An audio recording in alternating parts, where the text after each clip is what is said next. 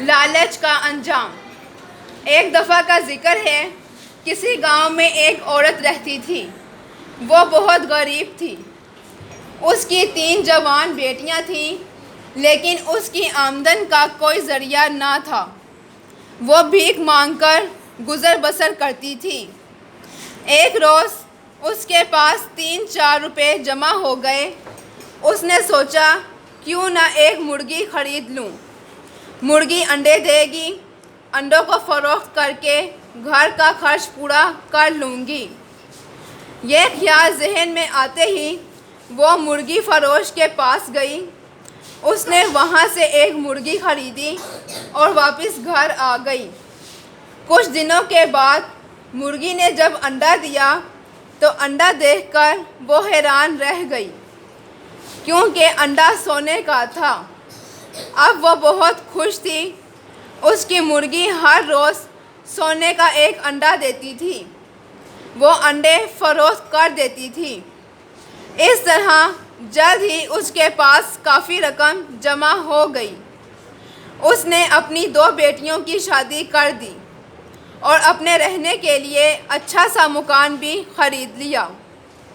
आहिस्ता आहिस्ता उस मुर्गी की खबर दूसरे लोगों तक भी पहुंच गई।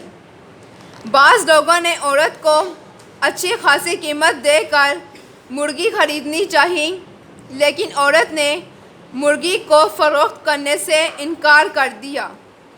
रफ्ता रफ्ता जब औरत के पास दौलत बढ़ने लगी तो साथ साथ उसकी ख्वाहिशात में भी इजाफ़ा होने लगा। वो सोचने लगी कि जब मेरे पास बहुत सी दौलत जमा हो जाएगी तो मैं तीसरी बेटी की भी शादी धूमधाम से करूँगी।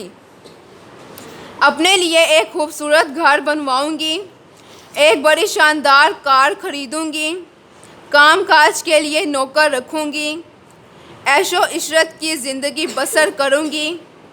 इतनी सारी ख्वाहिशात ने उसके दिल में हलचल पैदा कर दी। उसने सोचा कि हर रोज़ मुर्गी के अंडे का इंतज़ार कौन करे, क्यों ना मुर्गी को ज़िबा करके सारे अंडे एक ही बार निकाल लूं।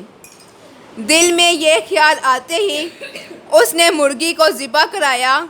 जब उसका पेट फाड़ कर देखा तो उसमें सिर्फ़ एक अंडा था। ये देखकर वो धाड़े मारकर रोने लगी, लेकिन अब क्या हो सकता था। उसने लालच की थी और लालच का अंजाम देख लिया। अक्लमंदों ने सच कहा है कि लालच बुरी बला है। क्वेश्चन कर रही हूँ, औरत भी क्यों मांगती थी? 3-4 रुपए जमा होने पर औरत ने क्या सोचा? औरत ने मुर्गी कहाँ से खरीदी? दौलत ज़्यादा होने पर उसके दिल में क्या क्या ख्वाहिशात पैदा हुई?